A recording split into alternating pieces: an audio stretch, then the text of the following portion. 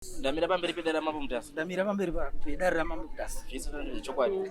Ndichataura ndezvechokwadi. Ndikanyepa chabatwa nemhosva. Ndikanyepa chabatwa nemhosva. Mwari arimbatsira wangu. Mwari arimbatsira wangu.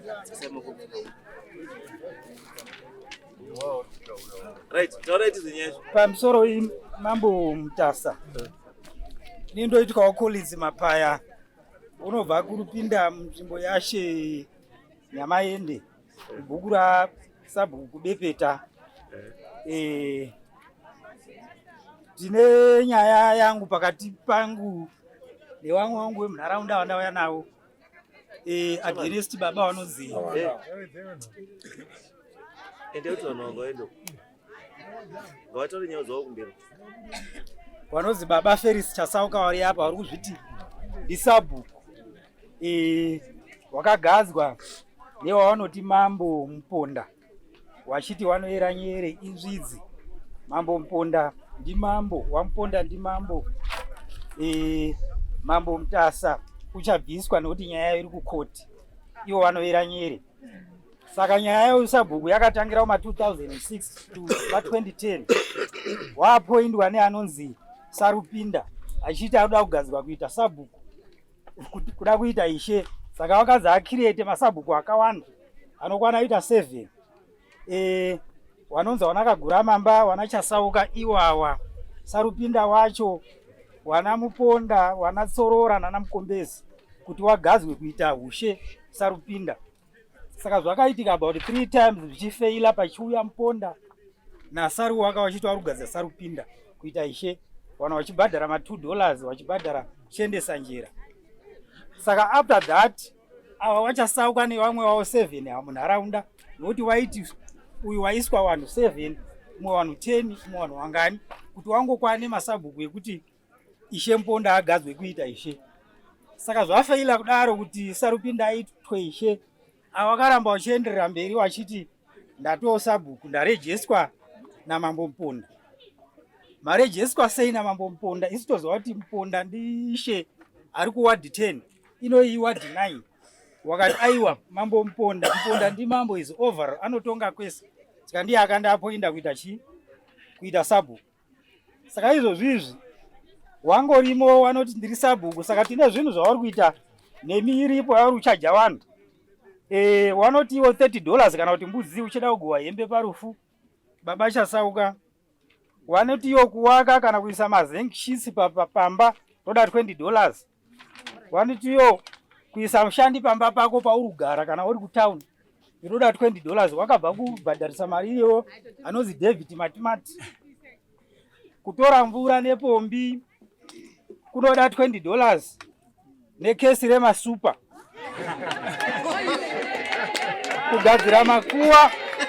Kugadzira makuwa kunoda $20. $20 kusuma munamato paumba pako kuti paitwe chechi. Chikoro cheCosten Primary School chine mvura achinotora kubva kurwizi. Saka anotora mvura yacho achipa mwana wake achiti ndiri Sabhuku. Chikoro chinoshaya mvura, matichers anotoenda pa next door panozi pamadhorobha kunochera mvura. Akadzupura pombi sondo rapera iro yava mutsamba uri apo achiri pangu hapafanhi kushayika mvura. Saka ane 2 lines zemvura wamutsamba wacho uri apo yechikoro neyake. Saka wamutsamba uri apa hawana mvura. Anotora maexercise book anotora kutenga kumashopu akagadzirisa date stamp kumiko spark kwaMutare onyorera vanhu kuti ndiri kubhadhara development levy otora mari oti ndakwenda kwamambo Muponda kunomupa kuti ende kwaDC iye ari ward 9 kurupinda. Izvozvi akabva kupa order yekuti munhu wese anofana village yega yega nharaunda yega yega ngaiwake toilet pamakuwa. By December munhu wese unofana kunge ane matoilet pamakuwa. Mukatadza ndakupai muripo wekuti mubhadhare mafaini. Saka isu toda kuzivawo pano kuti kuzosvika Chasauka wabva kubasa ukarina wakazotanga kugara kumazevha wapenjeniya. Dzinza ravo rakanga rine uSabhuku because uSabhuku wenzvimbo ndoyekwaMupita unozi kubepeta unova nozi Kennedy Mupita parizvino. Chechipiri neisa sachasauka wasingaendi kumahofisi achimirira saSabhuku mudzimbo medu wanongoita izvozvo mumaraini chete. Uyezve toda kuziva kuti muponda ndimambo here kana kuti ndishe sekutaura kwavo ivo wachasauka. Toda kuziva futi kuti pepa rake reuSabhuku rakasainwa naShenya Maendere muridzi wedunhu kana ririko kwaDC. Uyezve toda kutsanangurirwawo pano kuti sachasauka pawaita saSabhuku wakasumwa kuvanhu nani dheti racho nenzvimbo yacho pazvakaitika. Toda kuziva mahouseholds ari mubhuku rasachasauka padare panapa. Zvimwe zvandasiya ndingatiwo ndauya nevanhu Samatimati uripapo naSamanatse naSamba uripapo wandabva nawo mawitness because mota yangu idika ndakwanisa kutakura vanhu vakawanda ndatenda hangu ichi. Ngauya apo madaidzira.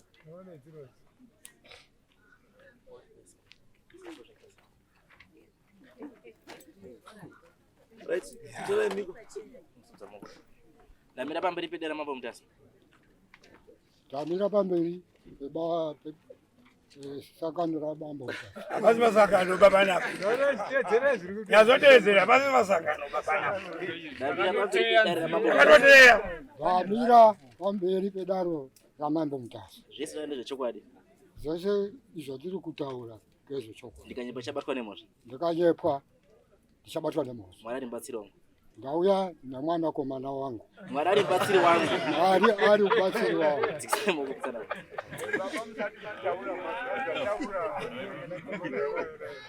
Mazvaizo ataura akakamira. Ndiro tada kuti mupindu. Hungu kana kuti kwete. Pamusoro kutaura zvakawanda. Handisi kuda kutaura zvada dambudziko rekusaiya sonzwisisa va. Saka ndauya nemwana komana wangu. Taura zita renyu. Zita rangu ndini Feres Chasauka. Ndakamirira kubepeta village. Nzvimbo yamambo Mutasa. Ndauya nemwana komana wangu. Muri yehani imimi. Inini ndiri Sabhuku. Sabhuku hani? Sabhuku kubepeta. Ndakarejestwa. Ndiani? Ndimo mponda. Kuna mambo mponda. Hadisina tsiku chasa kuti ndisadangure hangu vangu kuti mati ndi mambo mponda. Mponda ndi mambo here. Icho ndiri kuziva ngechekuti Changambire Mutasa ariko adozviziva kuti mponda ndi mambo. Kuti ndakarejestwa. Anozviziva kuti mponda ndi mambo here. Hadisi moponda ndishe. Zvino muri mambo mponda. Urota here. Papi. Hadinyatsi kunzwisisa dambudziko renzeo zvangu. Sarota. Saka muri matose dambudziko renzeo. Muruti mponda ndi mambo. Ndizvo mutaura ke. Aiwa. Akagadzwa kupi mambo mponda? Aiwa semwana wakakura hatizivi kuti wakagadzwa. Bambo. Anyway ngatirega tikubatsire tisapedze nguva. Chekutanga Sarupinda ndi de facto headman. Haasi substantive. Andizvo. Ari kumirira resuscitation yeheadmanship. Ndo kana headmanship wacho wanga uriko. Kana wanga usiko inofa yakabara yakadaro yakaloda. But kana uriko anoitwa chi substantive headman. Andizvo. Asiyadaro Sarupinda haabvumidzwi kuti anominate izvo zvimaSabhuku because haasati ane kodzero iyoyo because haasi substantive. Munhu ano nominate on his behalf ndi mambo Mutasa. Ndo kana area iyoyo isina ishe aripo anomira saishe ikoko ndi mambo. Saka anoita maappointments emaSabhuku ikoko ndi mambo. ndechechipiri. Chechitatu, muponda haasi mambo ba. Muponda ndi headman, ndishe wekuwadi 10 uko, ari ishe wa mambo Mutasa.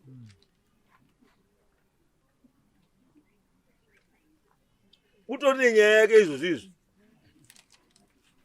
iyo yekuzvita mambo iyo, iye asi mambo ba. Kana iri charge kumapurisa inonzi chii? Impersonification. Kuzviti uri zvausiri. Uri kumbera pamberi pevanhu uchinyepera vanhu kuti ndiri mambo usina mambo. And by so doing, vanhu vakukupa respect isiri juu kwauri. Vanhu vakukupa mari yezvimwe zvinhu zviri targeted for mambo, iwe usiri mambo. Wakuprejudisa vanhu nezvimwe zvinhu zvavo uchitora imvineme yekuti uri mambo, iwe usiri mambo. Saka inoita chii? Mhosva. Tiri kuzviziva hedu kuti paseri papapo muponda watu ari zvautaya kuita. Ari kutaya kucreate ka area kewanyere kuti kawaite masabhuku wanyere wari apa. Saka na wanyere awa masabhuku awa obva waelevheta kuwaita madzishe. Awaita madzishe wobva achizoenda neclaim kuhurumende yekuti ndine madzishe akakwana ekuti anondiwarenda kuti ndiite chii? Ndiite mambo.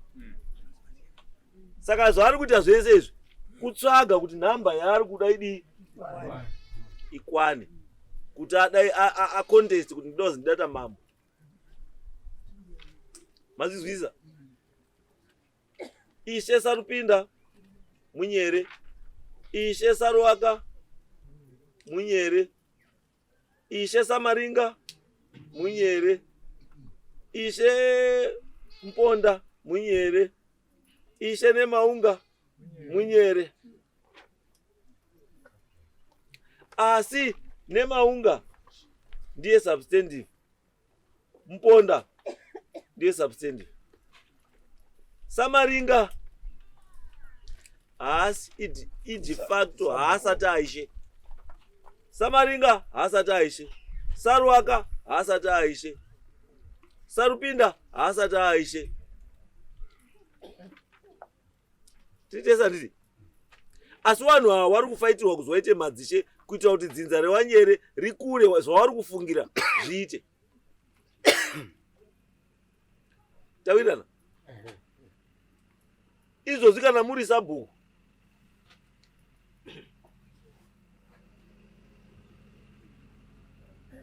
wamambo, asi chandawo ndiziwe nini, bhuku ramuri rinonzi chii? Ndoda kuona mapepa emuda kundipasha. Bhuku ramuri kumirira imimi rinonzi chii? Kubepeta. Chii? Kubepeta. Bepeta choripi? Wasara uriko unonzi Kennedy. Imi munomirira ku Kennedy wacho aripo here. Ndiani? Kennedy ndiye mupenyu. Munomirira village ra Kennedy wacho anozopinda papi. Wazana kuti hausiso. I'm sorry, ma'am. Right, but tsamba yemutori naye panapa.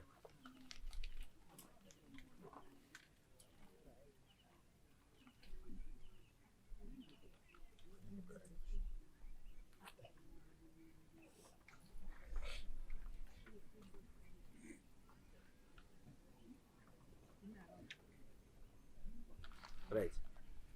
Tsamba yemutori panapa itotaura kubepeta village. Munoziviswa kuti bhuku rakubepeta riri munzvimbo yaishe Nyamaendi. Naizvozvo imi muri mumwe wemasabhuku aishe Nyamaendi.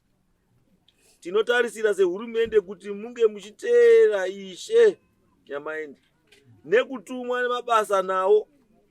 Kutadza kwenyu kuita izvi kunoita kuti mubatwe nemhosva yekusateerera ishe wakagadzwa nehurumende, uye zvinoita kuti musvike pakumbomiswa basa. Izvi takambotaura nezvazvo pamakamboya kumahofisi edu, asi muri kurakidza kusateerera. akandikoke kupedzisira tichikuudzai kuizvi tisati tatora matanho epamberi. 14 January 2017 ende nhasi mamira futi pamberi pedare ramambo Mutasa musi wa 19 October 2024 muchidzokorora mhosva yakama yakazimusiyani nayo. Makazi muri ishe wa Sabhuku wa ishe asimi muri kuti muri Sabhuku wani atisi Sabhuku wa ishe Sarupinda. Ishe nyamaende ndienda kamira naye. Nzvimbo iwanike. Bepeta wacho ndiye achiripo. Chasauka apinda papi. Ise parallel yakagadzirwa ndizvo. I7 wakaiswa uri 7 na ishe Sarupinda kuti awane kuregistrwa kuita ishe. Because that's the requirement. Saka kubepeta wacho uripo Kennedy Mpita hawaendi kumaofisi. Unoenda kumaofisi ndi Kennedy Mpita. So ndinawane nhorondo yacho pana shumba samanatsi samatimati nawa. Ndiwo anakwanisa kutakura motikari mano. Wano wakuru. Mupita webvudzi yakakura. Ko mupita webvudzi yakakura ndi uya ukoti kuno kuya wekubata munhu mupushu pakati pemusoro wake anobva kubhawa. Ndi yakama asiye wakaiswa kuti asiri yeye. Uripo wacho unonzi Kennedy Mpita. Saka uyo nebvudzi hombe akaiswa na Sarupinda wai about 7-8 achida kuti aregistrwe kuita ishe.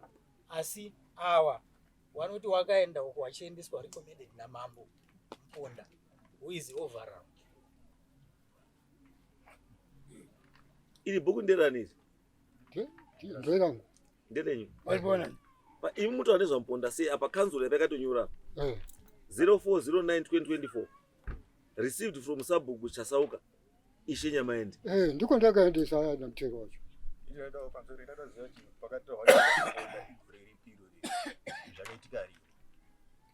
Yechi aiwa yekwamponda iri kwa iwe amsambonda unikepera. Wanyere wese ndikuziva kuti murundi kuisa. That's not it's not a secret.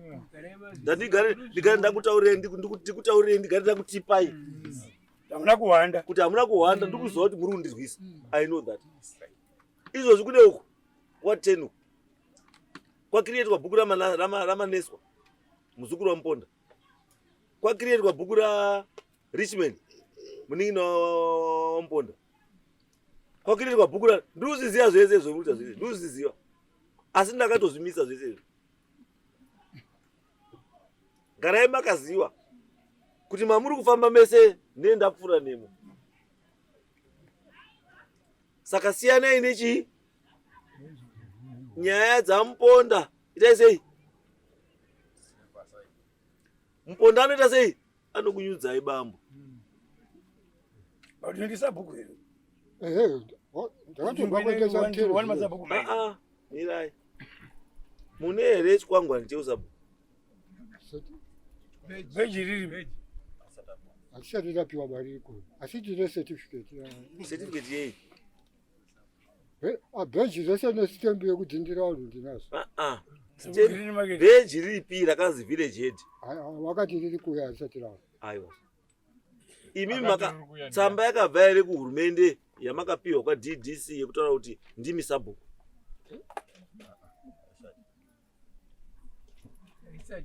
Munotambira mari. Musina tsamba. Munotambira mari? Totambira mari kwa DC. Ko chibe anzani chibe. Kubepeta. Andambira. Anotambira Kennedy. Ko uyachambira futi. Ndo zviri kushamisa because our i7 muchadzingisa vanhu basa imi. Kennedy Mpita hamutambiriri nzvimbo wani. Mirai.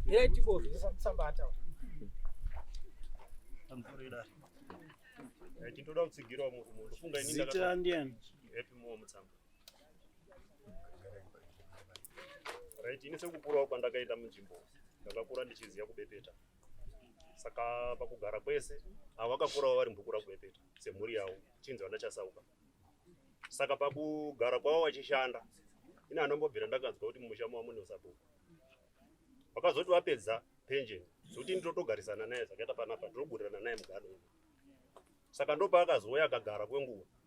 Ndobva ndazongoti ndaendawo sekumusha ndosvika obva atotanga kundiratidza mapepa kuti ndaachinyi ndaSabhuku. Ndikati munoita Sabhuku sei pasina kuunganidzwa vanhu kuti vazive kuti imimi maakumirira nzvimbo kana ita sei. Atiti vanhu vanounganidzwa vachiudzwa kuti zvakudai zvakudai. Saka imi mukazviintroduce kuti muri Sabhuku nemapepa zvinobuda here? Zvikanzi andoo zvandiri ini. Asi zvaari kushandisa kuti ini ndiri Sabhuku mpo. Zvokuti nakatomboya pamba pangu inini achiti ndoda mutete, ndoda kuendesa kwaMuponda. Ndikati ina ndongo kwaMuponda ndoda kubepeta. Izvozvi munhu akanyorerwa tsamba naye yekuti aende kana unogadzirisira mwana birth pauna chaipo chaipo anosvika achinzi ati anosungwa munhu. Witness iripo pane wakatonyorera muzukuru wavo aida birth certificate raida kugadzirisa. Akatomutyira mari akamuti $5. Saka nhau iripo ndeyekuti chatichisa kuno ndechekuti iye anoti hakuna kwamunondimhan'ara. Ndo chaita kuti tijambe kusvika pano nhasi. Ini ndakaenda pamba pake musi weSaturday saSabhuku nenhau yemvura itaurwa nemurume. Akandidzinga kuti papano ndiri kutaura newe. Ndakabvapo ndikaenda kumba kwangu. Taona anaenda kutera mvura ndazopuhwa mvura nemurume pombi maiguru ake isiri kushanda. Iye akanditi joinai. Saka ndaijoina takazoteerana naye achienda unogadzira wake yangu yange isina kuzonyatsosvika. Ndobva tangotungamizana. Saka pano naapo ndobva amira. Akati halo ndobva ndarama ndakanyarara. Ndobva aita futi halo ndobva ndarama ndakanyarara. Ndobva azoona kuti ndine zvikanzi hazviiti kuti titaudzana handiti ina anodaira. Ndobva tangototungamizana kusvika ndogadzira mvura yangu yogadzirwa yake ndobva ndadzoka. Then Monday makuseni ndichitofamba hangu mumunda mangu ini. Mudzimai wavo aripo ndinomuti baba inini. Paukama hwana baba ndio zvatiri. Ndinotomuti baba munini. Mudzimai wavo ndobva wandimusa warara here baba wakashi. Ndobva ndadaira. Ndobva anditi iwe haufaniri kutaura nemukadzi wangu. Taswera maswera. Chasauka ndiSabhuku here kwanyamaende.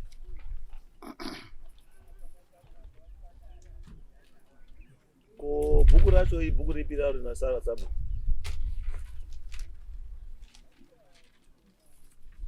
Kwanika kuna bepete futi bhuku rabepete ke? Unoziva bhuku? Kubepeta.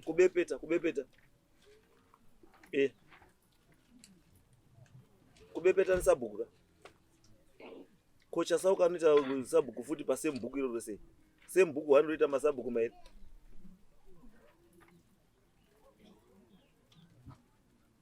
Ndiani? Okay, it's okay, all right. What's confusion yangu ngandi kuti wese wariclaima wese masubstantive asi wese wariclaima chi same bhuku. Apa ese masubstantive same bhuku. Chii chiri kuitika?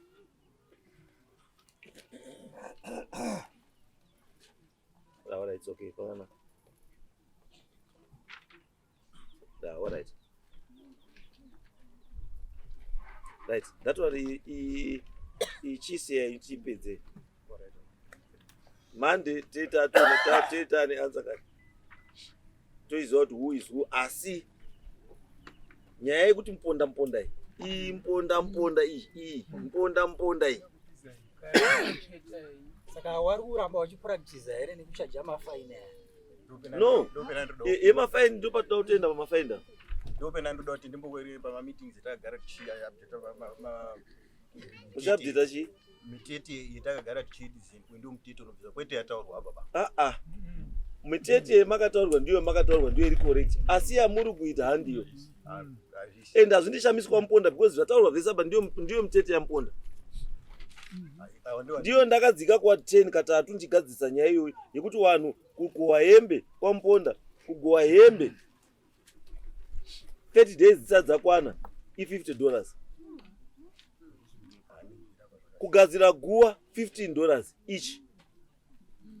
Kuita sei mimi zvese zvataurwa hapo ndo zviro zvandakafambira kuenda kwa 10 zviri kuapply kwa Muponda.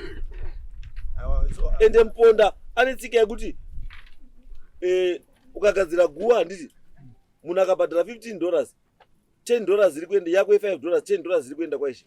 Muponda ari kuita mari kudarika inini mambo.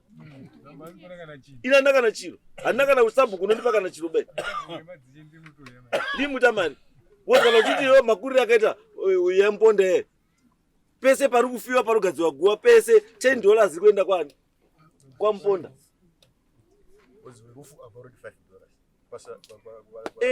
mutemo unoti rufu kusuma guwa $5 kusuma rufu $5 asi zvimwe zvese zvokuisa marata zvautauzi $30 kusembe marata mahose pipe maizvo hatina zvinhu zvakadaro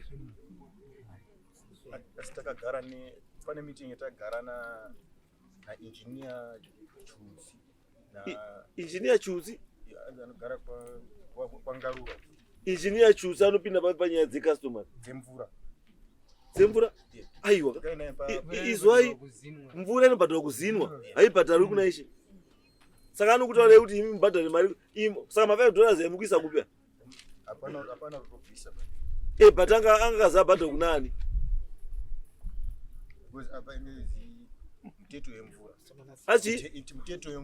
muteto yemvura ndiani akaisa nyaya kuti muteto yemvura imi mamuna mvura bai munevhu ngezvangu inini kana zvinhu zvese mamutasa zvese zviri mamutasa muno ngezvangu inini saka namakuhira mvura yangu inini nevhu rangu inini ini I get nothing saka ndiri mambo pakuti imai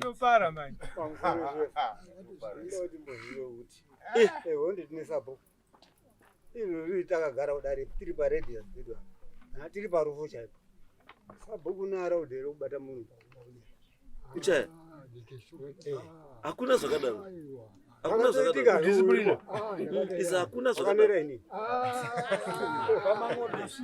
masupa muteto wemasupa wakatanga rini